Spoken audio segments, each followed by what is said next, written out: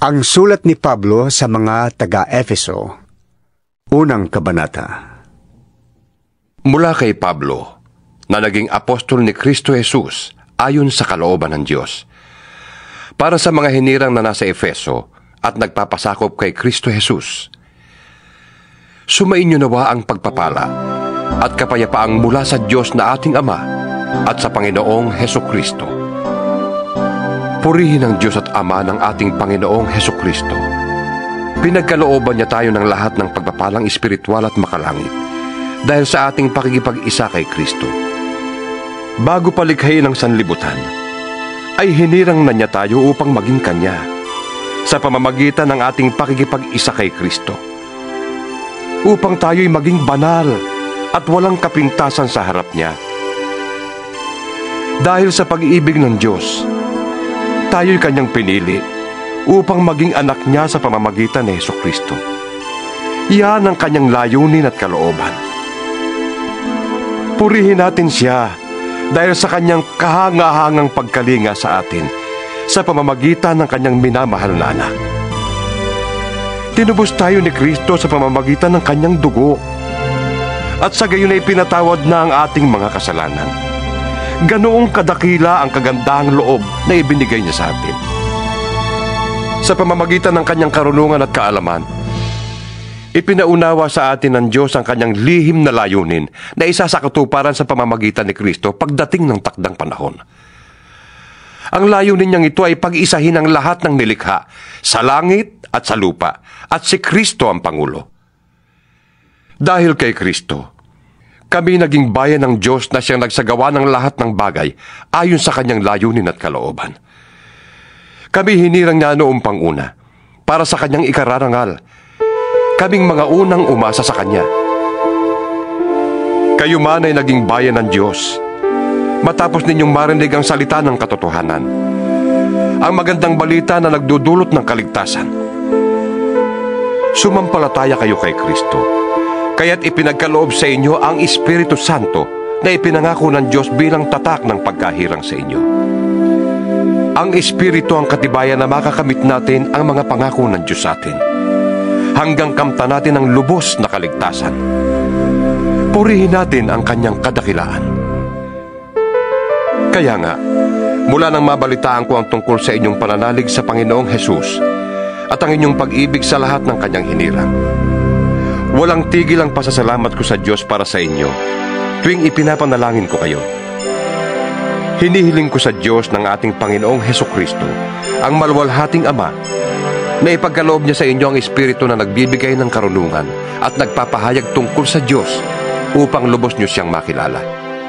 Naway liwanagan ng Diyos ang inyong isip upang malaman ninyo kung ano ang inyong inaasahan sa Kanyang pagkatawag sa inyo, kung ano ang kalwalhatiang inilaan niya para sa Kanyang mga banal, at kung ano ang di masukat na kapangyarihang kaloob niya sa atin na mga nananalig sa Kanya.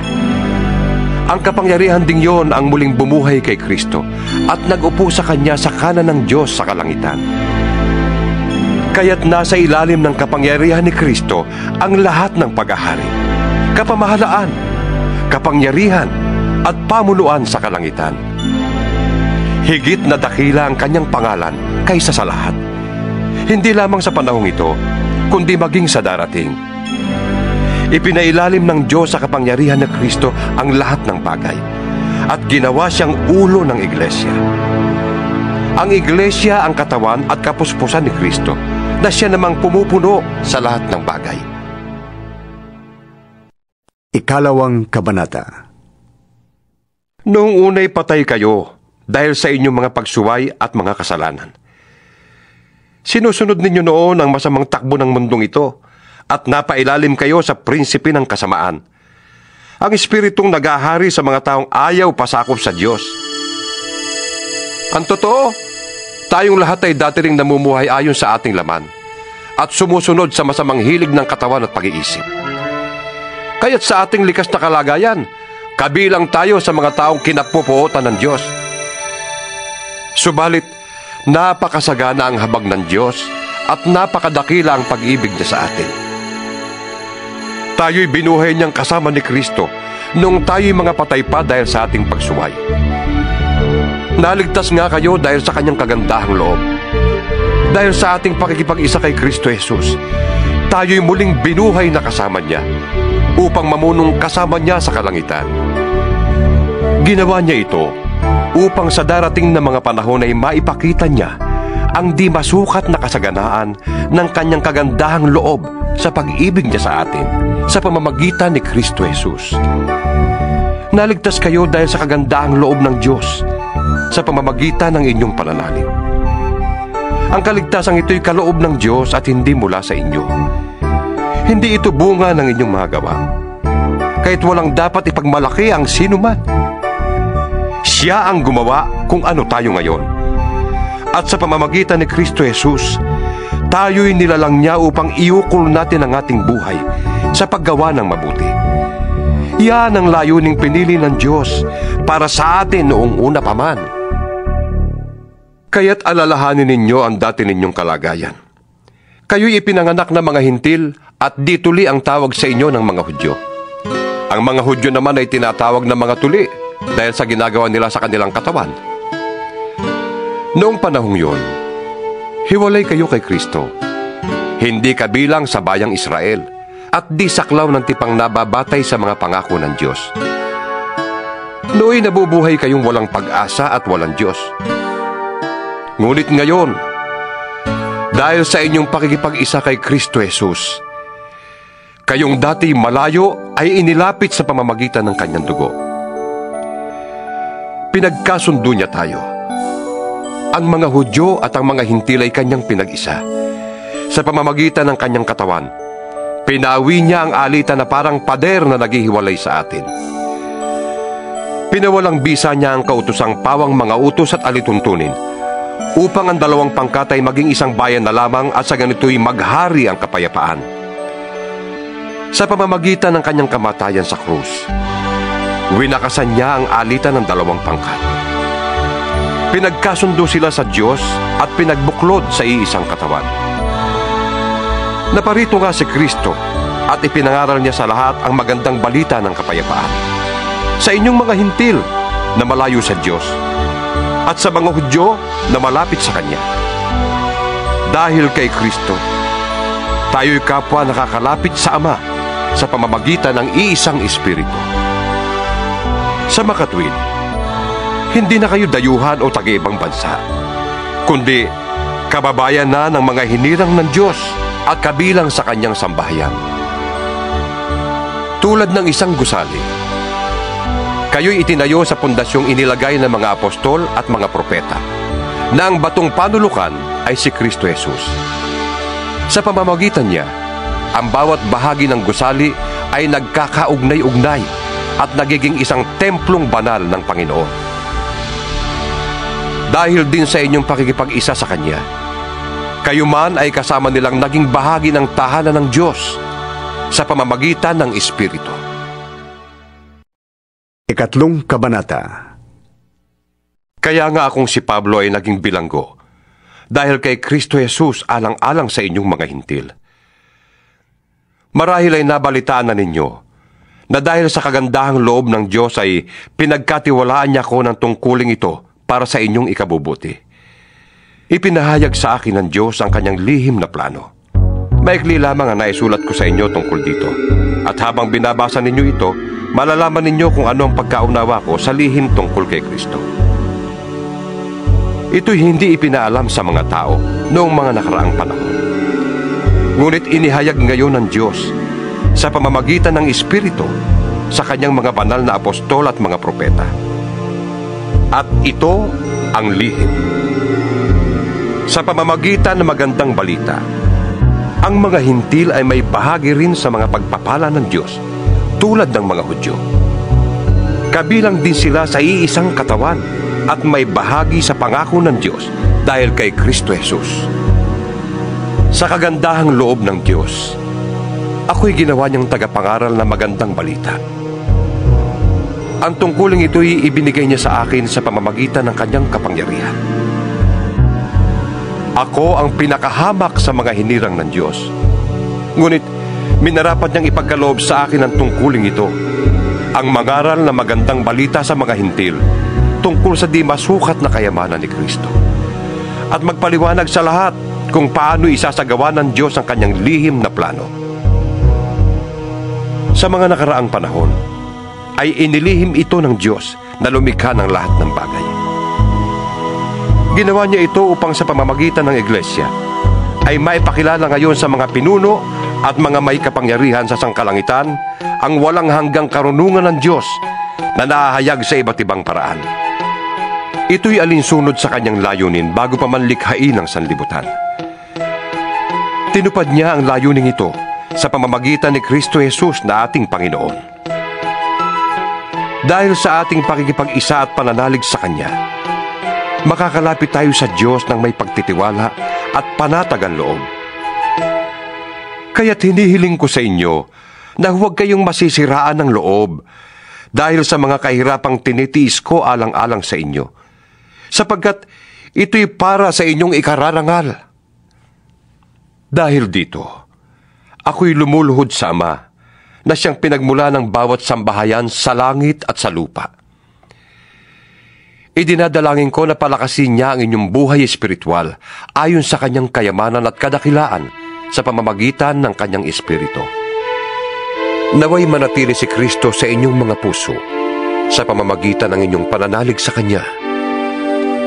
Dalangin ko na ang lahat ng inyong gawain ay nag-uugat sa pag-ibig upang maunawaan ninyo kasama ng mga hinirang ng Diyos kung gaano kalawak, kahaba, kataas, at kalalim ang Kanyang pag-ibig.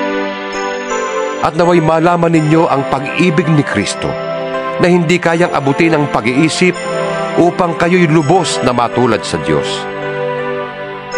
Sa Kanya na makakagawa ng higit pa kaysa maaari nating hilingin at isipin. Sa pamamagitan ng Kanyang kapangyarihang nag-ahari sa atin.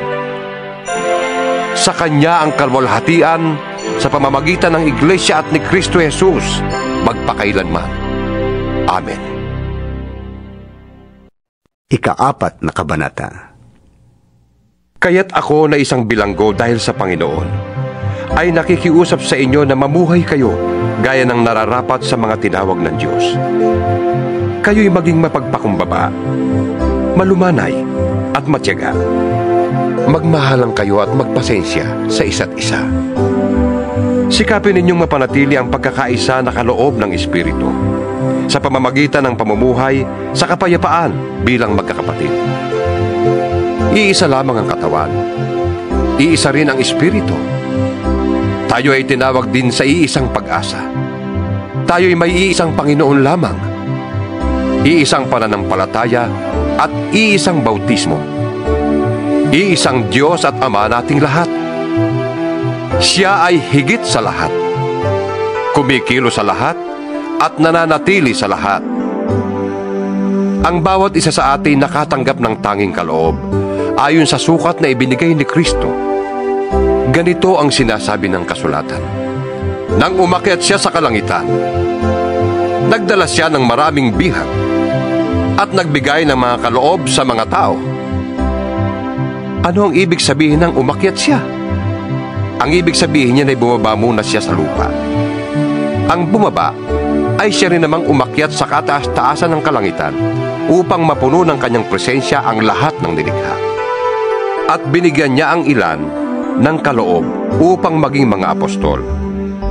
Ang iba na may mga propeta, ang iba'y ibanghilista, at ang iba'y pastor at guro. Ginawa niya ito upang ihanda sa paglilingkod ang lahat ng hinirang para sa ikatitibay ng kanyang iglesia hanggang makamta natin ang iisang pananampalataya at pagkakilala sa anak ng Diyos at maging ganap ang ating pagkatao ayon sa pagiging ganap ni Kristo. Hindi na tayo magiging tulad sa mga batang madaling matangay ng sari-saring aral. Hindi na tayo maililigaw ng mga taong ang hangad ay dalhin tayo sa kamalian sa pamamagitan ng kanilang katusuhan at panlilinlang. Sa halip, sa pamamagitan ng pagsasalita ng katotohanan sa diwa ng pag-ibig, tayo'y dapat na maging lubos na katulad ni Kristo na siyang ulo nating lahat. Sa pamamagitan niya, ang mga bahaging pinag-ugnay-ugnay ng kasukasuan ay magiging isang katawan. At kung maayos na gumaganap ng tungkulin ng bawat bahagi, ang buong katawan ay lalaki at lalakas sa pamamagitan ng pag-ibig. Sa ngalan ng Panginoon, ito ang sinasabi ko sa inyo. Huwag na kayong mamuhay na gaya ng mga walang pananampalataya sa Diyos. Walang kabuluhan ang kanilang iniisip at wala silang pangunawa. Dahil sa kanilang kamangmangan at katigasan ng ulo, wala silang bahagi sa buhay na kaloob ng Diyos. Sila'y naging alipin ng kahalayan at wala ng kahihiyan, konti man lamang. Wala silang inaatupag kundi pawang kalaswaan. Hindi ganyan ang natutuhan ninyo tungkol kay Kristo. Napakinggan na ninyo ang aral ni Jesus at natutuhan na ninyo ang katotohanan nasa Kanya. Iwanan ninyo ang dating pamumuhay. Hubarin na ninyo ang inyong dating pagkatao na napapahamak dahil sa masasamang nasa. Magbago na kayo ng diwa at pag-iisip. At ang dapat na isuot ninyo'y ang bagong pagkatao na nilikhang kalarawan ng Diyos at nahahayag sa matuwid at banal na pamumuhay ayon sa katotohanan. Dahil dito, itakwil na natin ang pagsisinungaling at tayong lahat ay magsabi ng totoo sa isa't isa, sapagkat tayo'y bahagi ng iisang katawan. Kung magagalit man kayo, iwasan ninyo ang kayo'y magkasala. Huwag ninyong patagalin ang inyong galit. Huwag ninyong bigyan ng pagkakataon ng dyablo. Ang magnanakaw ay huwag nang magnakaw. Sa halip, maghanap siya ng marangal na ikabubuhay para makatulong sa mga nangangailangan. Huwag kayong gumamit ng masasamang salita. Lagi ninyong sikapin na ang pangungusap ninyo'y makakabuti at angkop sa pagkakataon upang pakinabangan ng mga makakarinig. At huwag ninyong dulutan ng sama ng loob ang banal na Espiritu ng Diyos, sapagkat siya ang tatak ng Diyos sa inyo, ang katibayan na kayo'y tutubusin pagdating ng taktang araw. Alisin na ninyo ang lahat ng sama ng loob, poot at galit. Huwag na kayong mambubulyaw, manlalait at mananakit ng damdamin ng kapwa. Sa halip, maging mabait kayo at maawain. Magpatawad kayo sa isa't isa, tulad ng pagpapatawad sa inyo ng Diyos dahil kay Kristo. Ikalimang kabanata. Yamang kayo'y mga anak na minamahal ng Diyos. Tularan niyo siya. Mamuhay kayong puno ng pag-ibig tulad ni Kristo. Dahil sa kanyang pag-ibig sa atin, inialay niya ang kanyang buhay bilang mabangong alay at handog sa Diyos. Kayo'y mga hinirang ng Diyos, kaya't hindi dapat mabanggit man lamang na kayo'y nakikiapid o gumagawa ng anumang uri ng kahalayan o pag-iimbot. Huwag din kayong gagamit ng anumang malaswa o walang kabuluhang pananalita at pagbibirong di nararapat. Sa halip, magpasalamat kayo sa Diyos. Alam na ninyong walang bahagi sa kaharian ni Kristo at ng Diyos ang taong nakikiapid, mahalay, o sakim, sapagkat ang kasakiman ay isang uri ng pagsamba sa Diyos-Diyusan. Huwag kayong padaya kanino man sa pamamagitan ng mga pangangatwirang walang kabuluhan, sapagkat dahil nga sa mga ito, ang Diyos ay napupuot sa mga suwail. Kaya't huwag kayong makikisama sa kanila. Dati, kayo'y nasa kadiliman, ngunit ngayon nasa kaliwanagan na, sapagkat kayo'y nasa Panginoon. Mamuhay kayo ngayon ng nararapat sa mga taong nasa liwanag, sapagkat pawang mabuti, matuwid at totoo ang ginagawa ng namumuhay sa liwanag. Pag-aralan ninyo kung anong kalugod-lugod sa Panginoon. Huwag kayong makikisama sa mga taong gumagawa ng mga bagay na walang ibinubungang kabutihan. Sa halip, ay ibunyag ninyo ang mga iyon. Kahiya-hiyang mabanggit man lamang ang mga bagay na iyon na ginagawa nila ng lihim. Ang lahat ng nalalantad sa liwanag ay nakikilala kung ano talaga iyon, at nalalantad ang lahat dahil sa liwanag. Kaya't sinasabi, gumising ka, ikaw na natutulog. Bumangon ka mula sa mga patay, at liliwanagan ka ni Kristo. Kaya't mag-ingat kayo kung paano kayo namumuhay. Mamuhay kayong tulad ng matatalino at di tulad ng mga mangmang. Samantalahin ninyo ang bawat pagkakataon na kayo'y makagawa ng mabuti, sapagkat punong-puno ng kasamaan ang daigdig ngayon. Huwag kayong maging hangal. Unawain ninyo kung ano ang kalooban ng Panginoon. Huwag kayong maglalasing, sapagkat mauuwi yan sa magulong pamumuhay. Sa halip ay dapat kayong mapuspos ng Espiritu. Mag-awitan kayo ng mga salmo, mga himno, at mga awiting espiritual. Buong puso kayong umawit at magpuri sa Panginoon. Lagi kayong magpasalamat sa Diyos na ating Ama dahil sa lahat ng bagay, sa pangalan ng ating Panginoong Hesukristo. Pasakop kayo sa isa't isa bilang tanda ng inyong paggalang kay Kristo. Mga babae, pasakop kayo sa inyong asawa, tulad ng pagpapasakop ninyo sa Panginoon. Sapagkat ang lalaki, ang ulo ng kanyang asawa. Tulad ni Kristo, na siyang ulo ng iglesia, na kanyang katawan, at siyang tagapagligtas nito. Kung paanong nasasakop ni Kristo ang iglesia, gayon din naman, ang mga babae ay dapat pasakop ng lubusan sa kanilang asawa. Mga lalaki, ibigin ninyo ang inyong asawa, na gaya ng pag-ibig ni Kristo sa iglesia. Inihandog niya ang kanyang buhay para sa iglesia, upang ialay ito sa Diyos, matapos linisin sa pamamagitan ng tubig at ng salita. Ginawa niya ito upang ang iglesia ay maiharap niya sa kanyang sarili na maganda, banal, walang kapintasan, batik, o kulubot man. Gayon din naman, dapat mahalin ng mga lalaki ang kanilang asawa tulad ng sarili nilang katawan. Ang lalaking nagmamahal sa kanyang asawa ay nagmamahal sa kanyang sarili. Walang taong namumuhi sa sarili niyang katawan. Sa halip, ito'y pinapakain at inaalagaan, tulad ng ginagawa ni Kristo sa iglesia. Tayo nga'y mga bahagi ng kanyang katawan, gaya ng sinasabi sa kasulatan. Iiwan ng lalaki ang kanyang ama't ina, at magsasama sila ng kanyang asawa, at sila'y magiging isa. Isang malalim na katotohanan ang inihahayag nito. At para sa akin, ang tinutukoy nito ay ang kaugnayan ni Kristo sa iglesia. Kaya't kayong mga lalaki, mahalin ninyo ang inyong asawa gaya ng inyong sarili. Mga babae, igalang naman ninyo ang inyong asawa. Ika-6 na kabanata. Mga anak, sundin ninyo ang inyong mga magulang, alang-alang sa Panginoon, sapagkat ito ang nararapat. Igalang mo ang iyong ama at ina. Ito ang unang utos na may kalakip na pangako.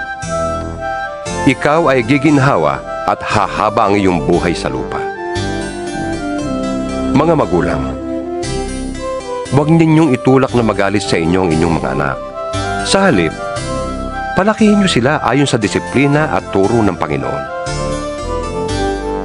Mga alipin, sundin ninyo ang inyong mga amo dito sa lupa ng may buong paggalang, takot at katapatan, na parang si Kristo ang inyong pinaglilingkuran. Gawin ninyo yan, may nakakakita man o wala, hindi upang mapuri ng mga tao, kundi dahil sa kayo'y mga lingkod ni Kristo at kusang loob na sumusunod sa kalooban ng Diyos. Maglingkod kayo ng masaya ang kalooban, na parang sa Panginoon kayo naglilingkod at hindi sa tao. Sapagkat alam ninyong gagantimpalaan ng Panginoon ang bawat mabuting gawa ninuman, maging alipin o malaya. Mga amo, maging mabuti kayo sa inyong mga alipin, at huwag silang pagbabantaan. Huwag ninyong kalilimutan na kayo'y parehong alipin ng iisang Panginoon na nasa langit, at hindi nagtatangi kanino man.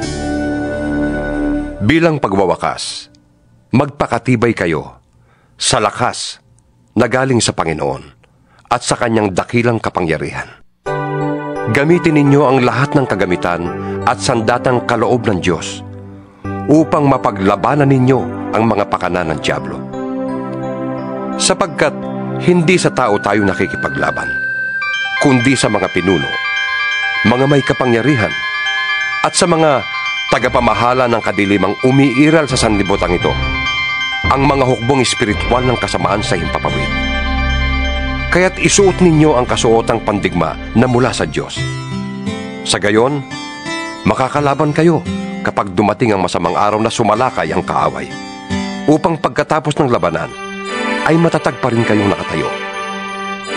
Kaya't maging handa kayo, ibigkis sa inyong baywang ang pamigkis ng katotohanan, at itakip sa dibdib ang panangga ng pagkamatuwid. Isuot ninyo ang sandalyas ng pagiging handa sa pangangaral ng magandang balita tungkol sa kapayapaan. Lagi ninyong gawing kalasag ang pananampalataya na siyang papatay sa lahat ng nagliliyab na palaso ng dyablo. Isuot ninyo ang helmet ng kaligtasan at gamitin ang tabak ng Espiritu na walang iba kundi ang salita ng Diyos. Ang lahat ng ito'y gawin ninyo na may panalangin at pagsamo. Manalangin kayo sa lahat ng pagkakataon, sa patnubay ng Espiritu. Lagi kayong maging handa at patuloy na ipanalangin ang lahat ng hinirang ng Diyos. Ipanalangin din ninyong ako'y pagkalooban ng wastong pananalita upang buong tapang kong maipahayag ang hiwaga ng magandang balitang ito. Dahil sa magandang balitang ito, ako'y sinugo at ngayon nakabilanggo. Kaya't ipanalangin ninyong maipahayag ko ito ng buong tapang gaya ng nararapat. Si Tikwico na mahal nating kapatid at tapat na lingkod ng Panginoon ang magbabalita sa inyo ng lahat ng bagay tungkol sa aking kalagayan at ginagawa. Kaya't sinusugo ko siya sa inyo upang malaman ninyo ang aming kalagayan at upang palakasin ang inyong loob. Naway ipagkaloob ng Diyos Ama at ng Panginoong Hesukristo sa lahat ng mga kapatid ang kapayapaan at ang pag-ibig na kalakip ng pananampalataya. Ang pagpapala ng Diyos ay sumainyong lahat. Sa inyo na umiibig ng walang mali sa ating Panginoong Hesukristo.